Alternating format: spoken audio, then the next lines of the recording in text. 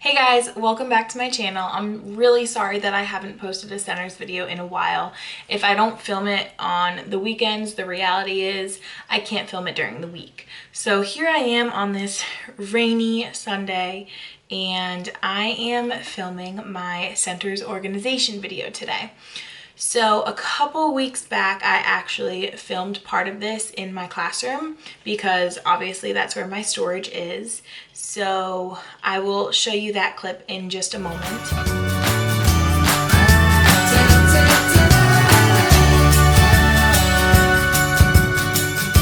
But before I get into that, all of my storage things are either, like, the more basic things are from the Dollar Tree. That is a holy grail place. Like, Dollar Tree is a teacher's lifesaver and they have so many different containers that you can use in so many ways. So Dollar Tree is definitely a must. And if not, as for the bigger ticket items, my drawers, which you will see, are from Michaels. They are the colorful ones, which are super sturdy. So they were a bit pricier, but it definitely is an investment. That is something I'm going to use in my classroom for my whole lifetime of teaching. I'm also going to mention a blue crate, and that one came from Walmart. You can get them, actually it may have come from Big Lots, but Big Lots, Walmart, Target, especially when back to school comes around, they have those milk crates, which are awesome for filing systems. So I'm going to talk about those things and then we're going to come back so I can show you some more detailed things. So this is where I store majority of my centers materials. There's the door to my classroom. You weave your way through the desks and you arrive at my centers area. So this rainbow drawer set is from Michaels. I like this one better than the ones from Walmart or Target or other places because this one is really thick plastic, so it's really sturdy. This was pretty expensive, but I got it half off and I had a gift card, so it came to like $60 instead of like $160. So it is an investment, and by no means am I saying this is what you need, but this is what I use and I really like it. As compared to things like this, I have had several of these thin drawers break over the course of last year and this year. On the top here you see this blue crate, and this is for journal. There is only one tab that's labeled in here. It's the Today bin, and usually inside here is their practice page for today. If they complete this practice page, then they move on to the file right behind it. And I have other activities in here for them to work on. Now, typically I have challenging tasks like this from Howard County Public Schools, like I've said in the past. I have not printed any for the unit we are currently on, just because it's been a crazy month or so back from winter break. But this is where my journal entry is, and my directions are kind of falling apart. I should really print this on cardstock and laminate it, but my directions are right on here, but by now the kids know what to do. So that is all stored right here. So even though this is just for a practice page, my goal is to have them finish the first one. If they don't ever get to the ones back here, that's fine. But there is something for them to continue working on if they do get done with the first one. Then we come down to my drawers, and I only have 3 of them labeled because the kids are only currently using 3. The first one is math facts. These labels I got from Teach, Create, Motivate. They're the same as my Monday, Tuesday, Wednesday, Thursday, Friday bins, and this was the editable template, so I just made these. In math facts, I have 2 multiplication games and I have dice that I just knocked over. So for multiplication bump, the kids need the dice. That's why they're stored in these little Dollar Tree containers. They come in a pack of 10 for $1, and I use these for everything. I really, really love them. And then this, which I will go into more detail in my video at home, this container is also from the Dollar Tree, but I do not like them very much. But basically the directions or something that shows what the game is in the pocket on the outside, and on the inside is where all of the mats for them to complete the game are. Stored the same way is my games. I only have one game in here right now. As you can see through the pocket in the front, the directions and the spinner is what usually goes in the front, and then on the inside is all of the game boards and cards, anything that goes with the game. In another little container, I have the mini erasers from the Target Dollar Spot, and these are what the kids use as their game pieces. I have the Easter ones right now. Just put some new ones in there because they do fall apart, and you know, that's fine. They're cheap.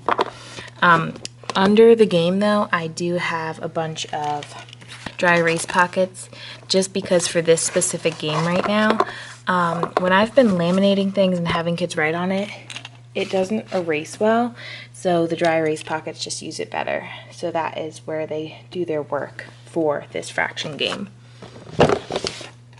So usually I have all the games stacked up in their containers in there. And then the bottom drawer is vocabulary, and in vocabulary I have the little photo cases from Michaels, and each photo case has a different deck of vocabulary cards. And then one other thing right under the math facts are more of my dry erase pockets, because the kids use these for some of the math games. I spread the 3 drawers out, that way if 2 kids are over here at the same time, they will kind of be on top of each other, but like it'll be a little bit more spread out, so it's easier to get to than having both of these drawers open at once. And then right behind that, back here, I know it's not a lot of space. This used to be over there, but my extension cord is no longer working. So, Chromebook cart. I'm sure you guys have seen this before. These are just all our Chromebooks, and this is where they stay, this is where they charge, and this is what we use for technology. All right, I hope that was helpful for you guys. If you have any questions, please, please, please leave them down below and I will answer them. This is just the way that I store my centers. It's the first time I've ever done centers, so it's the first time I've ever stored them, and I'm still finding things that work better than the way I'm already doing it. So as my storage changes, I will update you guys. If you haven't watched my weekly teacher vlogs, which I'm sure you have because that's where my channel gets the most views, I could update you in those. So make sure you check those out. And now I'm going to get into more specifics about how I store my games and my multiplication facts centers. When I first saw these at Dollar Tree, they look like this, right? I thought, oh my gosh, this is such a great storage thing. It's gonna last such a long time. It's a nice plastic. I have like 5 of them sitting here. I have plenty in the trash. The slider things have fallen off. The metal things on the end have fallen off. Now, granted, part of that is my fault because I did not take the time to explicitly teach my students how to open and close these. But now I know for the future. So, if you have good control of how your children use your materials, I think these are a great option. However, if you're like me and you lack in that area, then I would not suggest these, but I do love them for the way they can be stored, and I know that there's folders at Dollar Tree that are very similar to this, but they don't have the slidey thing. Instead, it's just a 2-pocket folder with a space to put something on the front, and I would probably much rather use those. So I would keep a lookout for those instead. But of course, this is just the way I store my things, so you don't have to store them this way. So, In the front is either directions that I have created or directions that come with the game. In Blair Turner's pack of centers, she has the directions and the spinner all in one. So this is really nice because it has the main spinner, the main directions, and the title of the game. So that's what I like to keep just in this front pocket here, because the kids can easily see what game they're pulling out. On the inside then, this game only has 2 pieces. So it has the game board and where you show your work, their working board.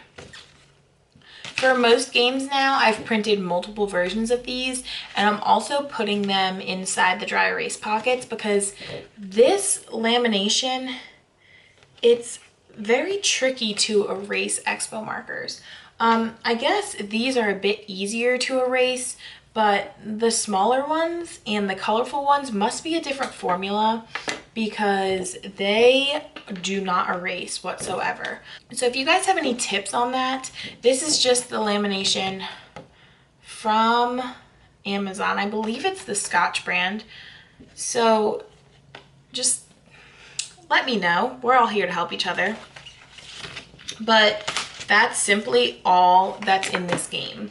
Separately, you saw that I store the game pieces and the dice, and then now I found these 2 markers inside of this pack. They're supposed to be in the kids' table caddies, and that's why they keep losing markers. I definitely want a separate way to store them. I guess I could keep a few markers in each pack, but then it also makes it thicker, which makes this fall off easy. So I'm still looking for a way to store absolutely all the materials with the pack without them being lost. If you guys have any tips, like I said, leave them down below. I also usually have a paper clip in there because that is what my children have been using as the spinner. I did purchase spinners over the summer and I really don't know what happened to them. So I will be on the lookout for those because with the spinner, my children think they can really, I don't even know if you can tell, but this is really scratched up and there's basically a hole in the thing. Children. So that's how I store my games, multiplication and games for all the others. Here's another one. Now the blue one is much harder to see through than the orange one, so that may be something you want to consider when you're getting these if you're really concerned, but I mean, the title is basically at the top. This is one that I made my own directions because I didn't like the directions or something. And then the inside, see, these are so dirty, and even with a baby wipe, they barely come clean. But this one, the spinner, is not with the directions, but that's okay. They're basically just spinning numbers and adding them together and subtracting them. Look at these dirty mats. At least my kids use them, right? So this is their working mat, and this is where they write their answers. So all of my center games came from Blair Turner's pack on Teachers Pay Teachers. I bought the 4th grade one, and I also just purchased the 3rd grade one during the previous Teachers Pay Teachers sale. You could say I'm a little bit hopeful about moving to 3rd grade next year, but if not, they would be great to start off centers in 4th grade in the beginning of the year because it's all reviewing standards. So either way, I will get good use out of them. But that is how I store my games. Look at this one, has an eraser in it, and the bottom broke through here. So like I said, be careful with your children. Now this one is broke through because it has so many pieces. I have a game board and it comes with different versions of that game board. This one's 3-digit by 1-digit multiplication. This is 2 by 2. And by all means, you don't have to keep these in there all the time. You can just keep the 2 by 2 in there, have them work on that for a week, and then swap it out with a 4 by 1. So your options are honestly endless, and it's really nice because you literally just print this stuff on cardstock, laminate it, and it's good to go. As for my vocabulary cards, I believe I showed that they're in the photo cases from Michaels, And those also, like, everybody says they love those. I don't know if my kids are just too rough with them, but the lids break off so easily. If you've had the same problem, let me know, because I've never seen anyone say that. But I would honestly rather, like, those kits when they're not on sale are expensive. So I'd rather purchase like different snack containers from the Dollar Tree and just store them in those, because they're thicker plastic and they're not going to break. And I think that's about it. Like I said before, if you guys have any questions, please, please, please let me know. That's what I'm here for, to answer them and help you guys out on your center's journey. So where are we going from here? My next video is probably going to be all about classroom management, behavior management during centers. And if you have any other requests for this series, please let me know. I'm going to stay on it this time, I promise. If you haven't subscribed already, please do so and give this video a thumbs up so it reaches more teachers. I recently have gained basically 1,000 more subscribers. My one setting up my classroom video is just like blowing up. So that's great. Hi, if you're new here, thanks for joining me. I love collaborating with teachers around the world, and this is the way that I choose to do it. So like always, if you guys have any organizational ideas for your centers, leave them down below, because we're all here to help out each other. And I will see you in my next video. Bye.